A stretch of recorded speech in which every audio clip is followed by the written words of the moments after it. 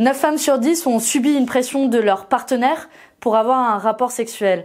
C'est un chiffre choc de l'enquête Nous Toutes et qui, à lui seul, pourrait nous motiver toutes et tous à nous rendre en nombre dans la rue aujourd'hui en cette journée internationale du droit des femmes.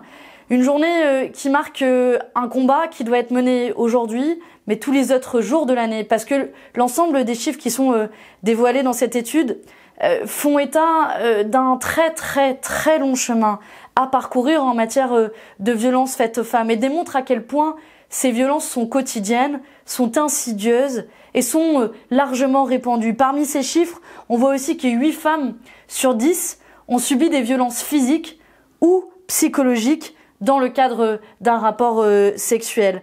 On voit aussi qu'une femme sur 2 a subi des propos défavorisants, dévalorisants, parce qu'elle ne voulait pas avoir de rapport sexuel. Ce sont des insultes de coincés, de frigides. C'est cette culture du machisme, cette culture qui nourrit aujourd'hui les violences faites aux femmes que nous devons combattre.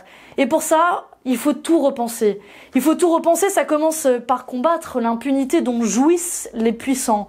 Ceux qui aujourd'hui commettent des viols.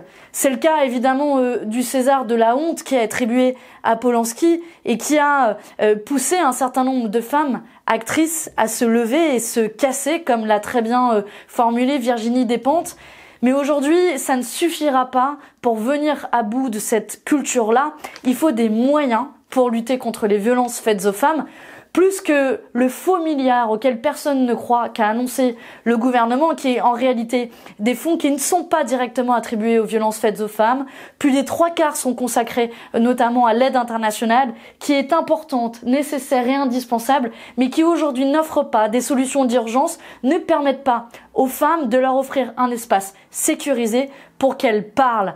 Et cette campagne qui a été menée sur les réseaux sociaux toute la semaine, avec le hashtag J'ai pas dit oui, qui a été encore plus forte de déflagration que Balance ton porc, parce que davantage suivi sur les réseaux sociaux, illustre à quel point ces comportements sont aujourd'hui répandus et contre lesquels il faudra que le gouvernement s'engage véritablement et prenne l'ampleur de la problématique qui infuse partout dans la société et qui témoigne aujourd'hui d'inégalités dramatiques qui existent encore entre les hommes et les femmes, que ce soit en matière de violence, mais que ce soit aussi en matière de salaire, évidemment, avec plus de 20% de différence et d'écart de salaire entre les femmes et les hommes, qui va être aggravé encore par la réforme des retraites et l'impact que celle-ci aura particulièrement sur les femmes plus précaires, dont les carrières sont hachées.